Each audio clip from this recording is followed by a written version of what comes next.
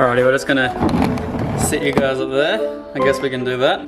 Bit of mood lighting. Well, it's kind of, I guess it's kind of a moody video. We're kind of doing stuff, kind of getting stuff done.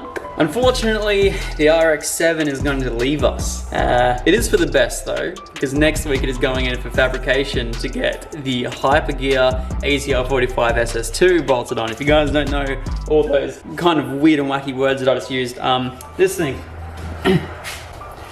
my baby, my absolutely incredible custom Hypergear turbo, which we're going to be putting on the RX7, is officially going to be glued into the car next week, which means we have to get everything sorted by Monday.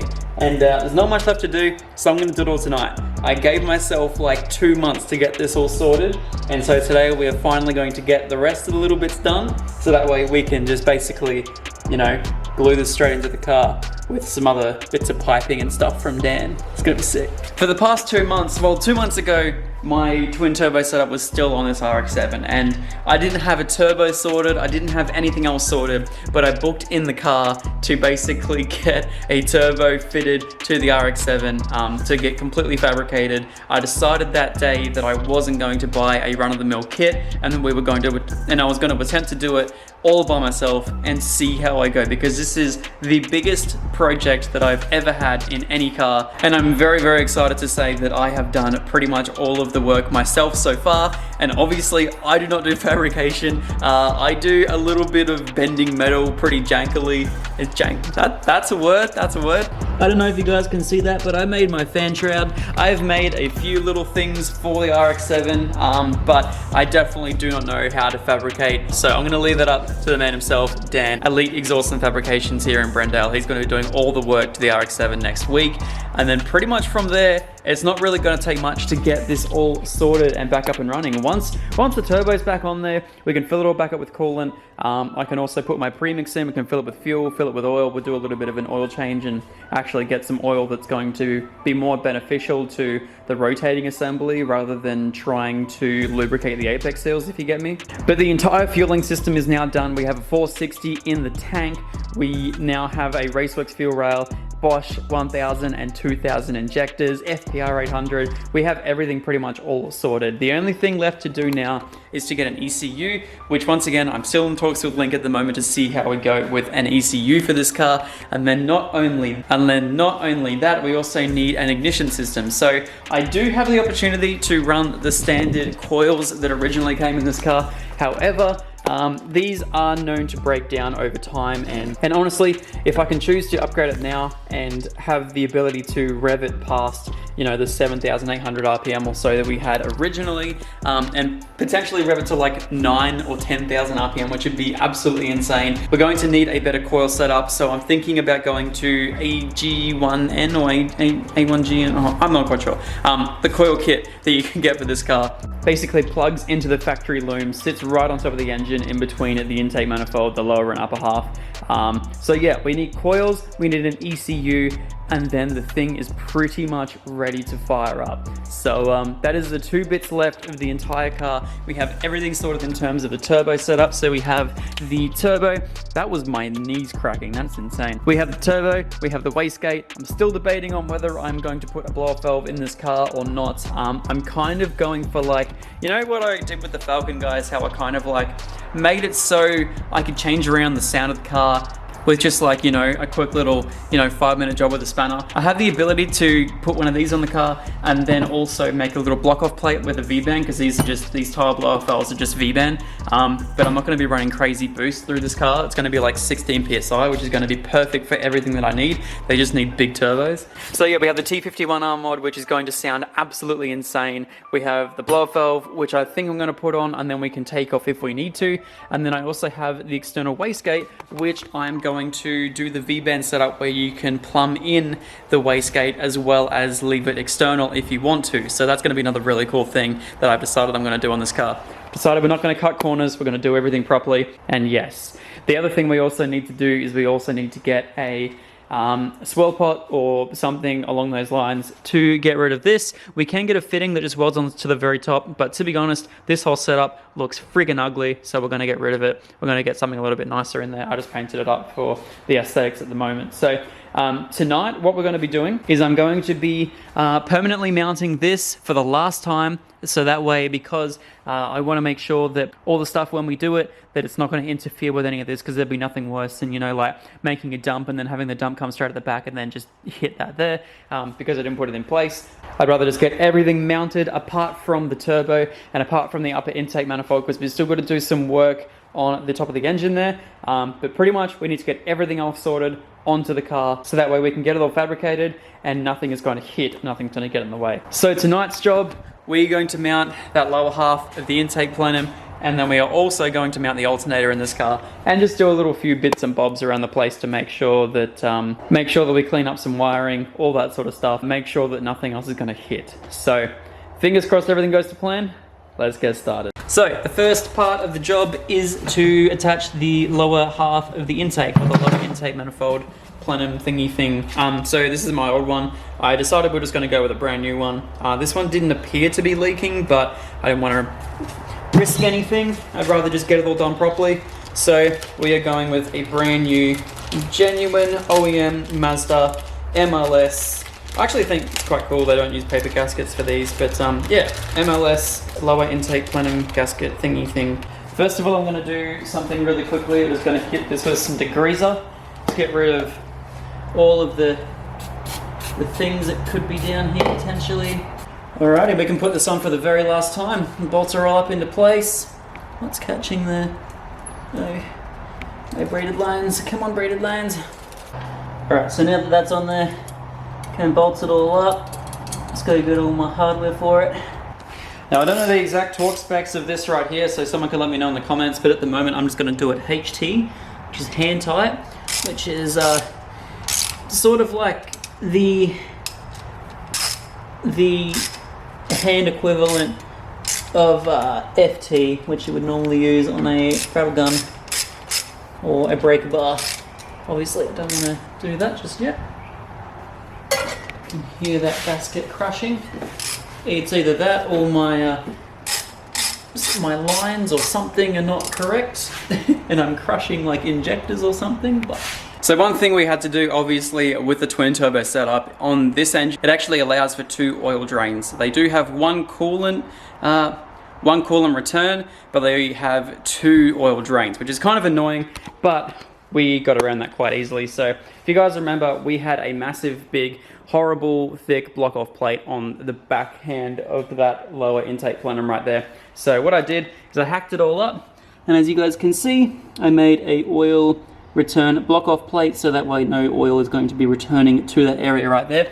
Now, in the future, I do think what I'll be doing is I will be doing a return to sump catch can setup. So what that does is it'll breathe into the catch cam, and then all the excess from that will go back into the sump. I'm not quite sure whether this car has any blow-by because I've never checked it or never done anything, but the pipes did always have a little bit of oil in them, but I'm pretty sure that was from the twin turbo setup that I was running, simply because those twin turbos were old and they had a little bit of shaft play. They weren't crazy, you know, crazy bad, but I don't know whether it was them or not. So now that we have a brand new turbo, whole brand new kit, we'll be able to determine whether this engine does have a little bit of blow-by, and we can determine, well, I will get a catch can anyway, so that's completely fine. But as you guys can see, what I did is I then mounted up one of the original return fittings down here.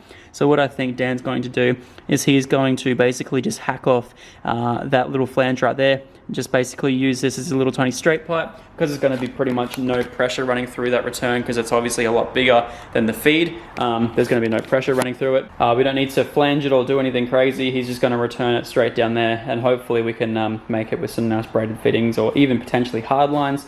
It's entirely up to him. So the next biggest thing we're going to be looking at is coolant as well. So as you guys can see, when I was taking everything off, we have a water feed for the turbo, and we have a water return for the turbo as well, so that's going to be all good. And then we have an oil feed sitting down there as well, because we did delete a whole heap of those lines on top of the engine. We're going to be feeding the turbo from the other side of the 13B over there on the front housing. We're going to be going over the top of the engine. It's going to be feeding it just through here. So we have a whole bunch of room down through here, which is nice. So yeah, so we have water feed, water return, oil return, and we have an oil feed over there. So everything is looking really good. Everything's nice and marked out for him, so no one gets confused. And then, as you guys can see as well, I did move around the fuel lines just a little bit, and that's basically just to make a path for this line right here. So this coolant line originally actually went across the back of the 13B, but actually it is like the perfect way that it routes and does cool things, that kind of like a formed coolant line that actually went over the top of the 13B that actually works perfectly in the place that we have it now. So as you guys can see, comes out perfectly straight from that fitting right there, dips down below the fuel lines, and then comes up and is sort of on there as well. There is a little bit of a harsh angle down here, but I don't think that's really going to pose too much of an issue as well. The other thing we have to do is we also have to extend the injector plugs as well, which I'll do tonight. That can be my little project for tonight, so we can do that too. The next thing I'm going to tackle though is the alternator. So I'm going to get the alternator in place. We're going to bolt all that back up. We're going to put all the belts back over. We don't really need to do this, but I just want to do it anyway. So yeah, we'll get that all in place. Hopefully I can remember exactly how it goes in place, but we'll work it all out. How hard could it be, right?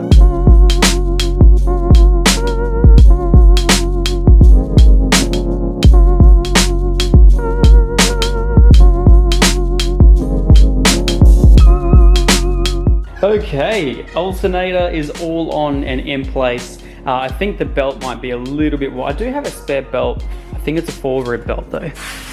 Yeah, it is, and I think my actual thing down there is oh no, it's a 3-rib. Okay, this belt anyway is a little bit worn out, so as you guys can see, it's all the way at the very top down here. It's a little bit not, there's no cracking through it, but it's, yeah, I don't know. Anyway, it's all mounted up in place now, and as you can see, it has plenty of clearance for those fuel lines right there, so I'm not stressed about that whatsoever. So the next big thing we're going to tackle is the injector wiring. So down here, I don't know if we can move, yeah, we should be able to move all of this stuff out of the way, apart from the one that's obviously connected down here.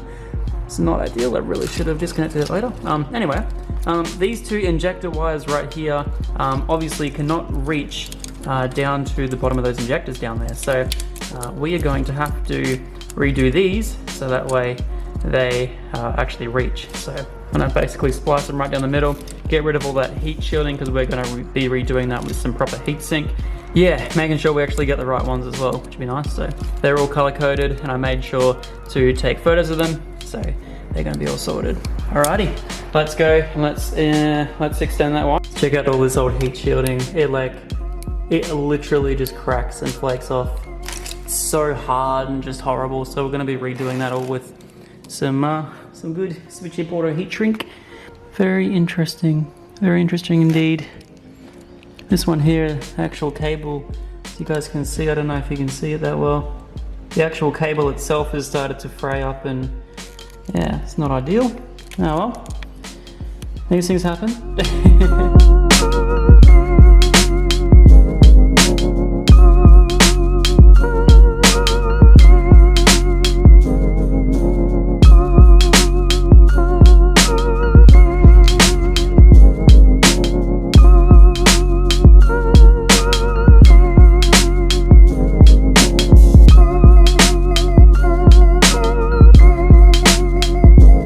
Alright, so the wires I used are probably a little bit overkill, and yeah, we probably put a little bit too much length on the actual thing, but I'd rather it be too long than too short. So here is the extended loom. So as you guys can see, that is the new wire that goes down to, yeah, it is definitely very long, a lot longer than what I would normally need, but yeah, it's gonna work. And I can always tie in a lot of the stuff to the actual loom itself, and that way we can make it a little bit neater. So one's down, we've got one more to go, which is this one right here. So we'll quickly do all that as well. This probably took me, I don't know, maybe half an hour or so, probably another half hour or so. We'll have the other injector wire extended, and then we can plug everything in, and we can plug in also the alternator, which would be sick. So whew, this has gone so well. About an hour has passed. It's currently about 6:30, and I've been listening to some old school Hilltop Hoods to get me through soldering. Soldering is definitely fun, but it's kind of time consuming, and it's like,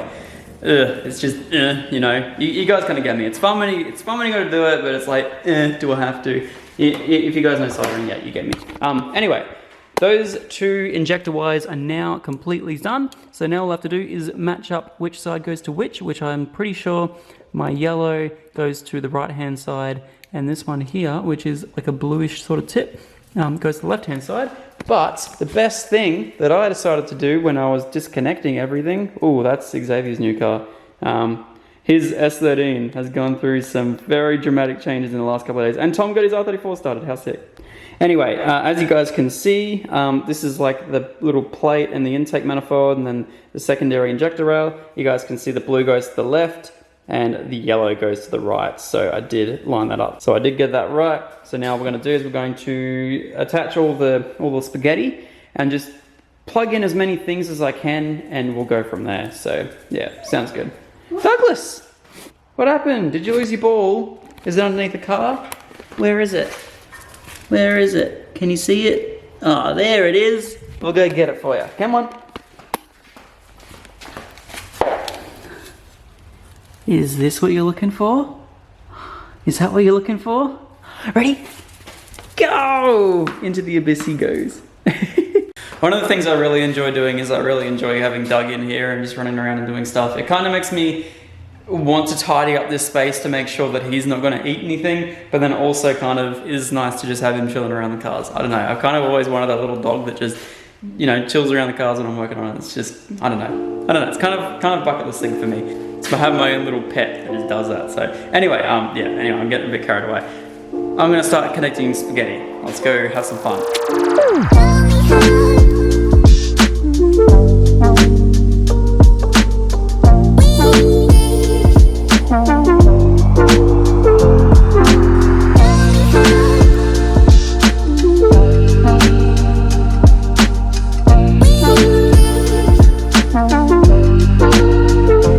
Rightio, so some very exciting stuff is going on. So the alternator is now all bolted in, everything is all bolted up, the belt is tight, that is ready to go. It is also all, the positive is all bolted in, as well as the thing that tells the alternator, or the thing that tells the car that the alternator is charging. I don't know what it does.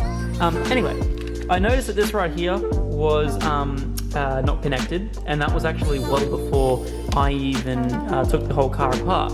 Now its corresponding plug is this one right here, and as you guys can see, it's actually been blocked off or something along those lines. It was never connected. I know that the car was idling fine when it was at full lock and turning. I think maybe because it's a Bridgeport, it's obviously got a little bit more torque sort of going through it. I wonder if it's just, you know, you don't really need that. I don't know whether that's something RMS did. Either way, it didn't hurt the car, so I'm not going to connect it back up.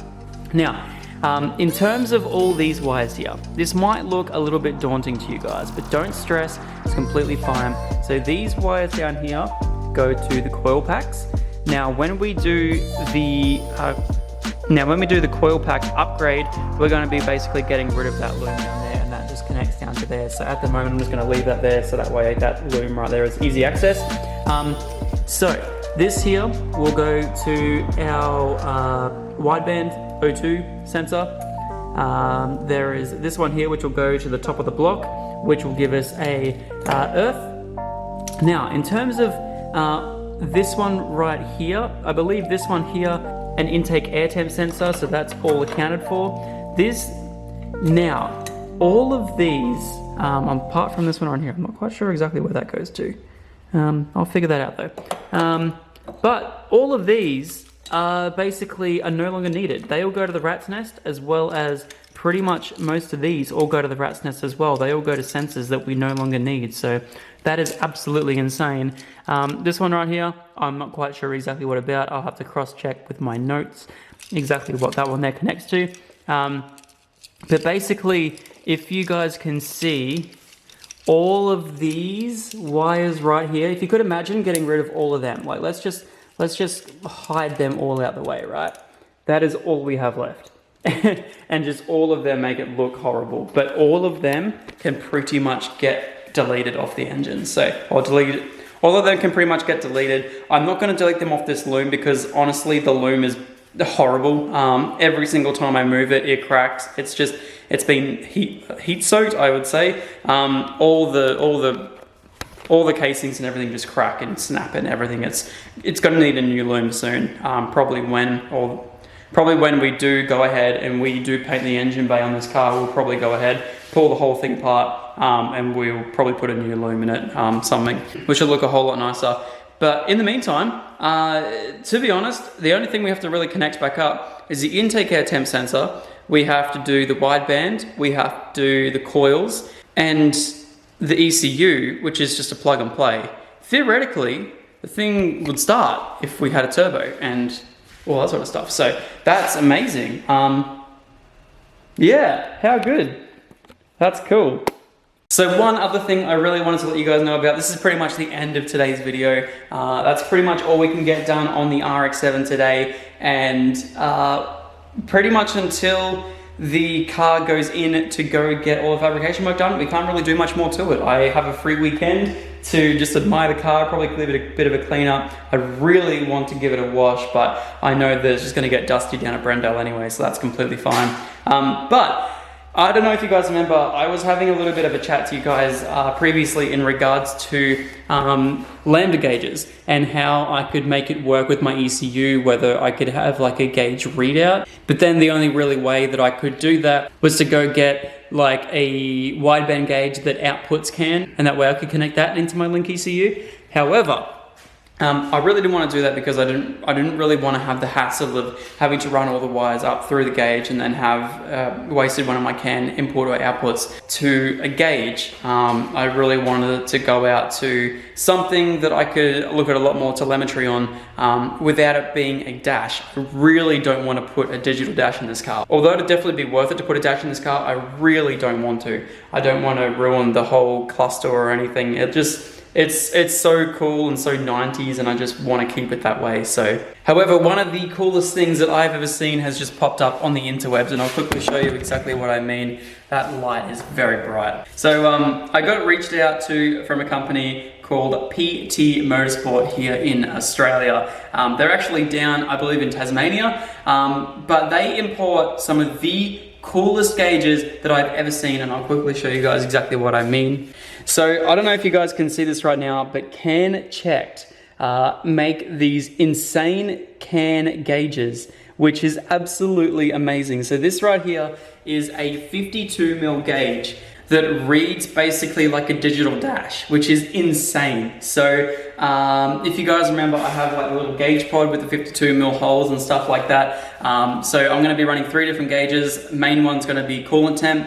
We're also going to be doing probably boost in another one of those gauge slots, and they're both going to be like not the digital gauges. However, that third gauge I'm actually going to be picking up for myself from PT Motorsport, which is one of those CAN checked 52mm gauges that basically, once again, as I said, is like a digital dash inside of a gauge, which is awesome. So it can output 4 little things at the same time. So I'm probably going to be running like oil pressure, oil temp, probably AFR, definitely AFR, and then something else, can't remember exactly right now. Most likely fuel pressure. I definitely want to double check fuel pressure. I just have to make a port somewhere to put a fuel pressure sensor in. But aside from that, it's actually going to be really, really cool. So yeah, we have the option now of inputting stuff into the Link, which is the quickest way that it's going to be able to see that information, and that way we can also set up safety parameters on the Link software to, you know, if we get low oil pressure, to shut the car off, or if we get low fuel pressure, to put it into like a limp mode, so that way we're not going to be starving the engine of fuel.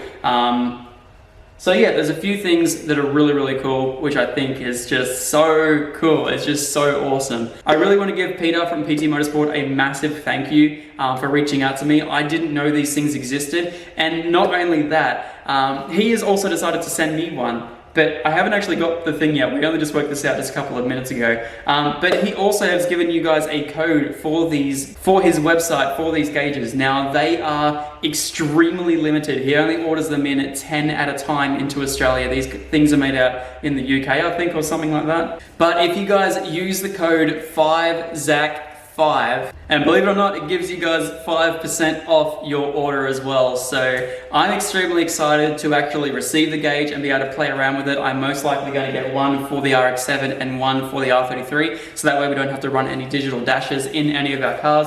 We can check our vitals all from that tiny little 52mm gauge. I feel like it's going to be so cool to have that little gauge up there. So yes, once again, 5ZAC5. I'm going to leave the link for PD Motorsport down in the description. Once again, these things are super limited. So if you guys want a digital dash 52mm gauge, 5ZAC5, discount code, 5% off, PT Motorsport, definitely go check it out down below. That would be absolutely awesome. So yes. Anyway guys, that is going to conclude today's video. Once again, thank you so much everyone for watching. I really do appreciate it. The car has definitely come such a long way and there's not much left to go. Pretty much as soon as we get it back from Fab, it's just going to take some time for me to save up for a link ECU. I'm not made of money, Douglas. Yeah, that's what I thought. Do not scratch the wrap. I will hurt you. So yes, I'm not made of money. This thing is definitely taking a fairly long time for me to save up for and get sorted. They don't call it financial disaster or FD for nothing. So yeah, that's it. That's me. Thank you so much everyone for watching, and I'll see you all in the next one. Peace out.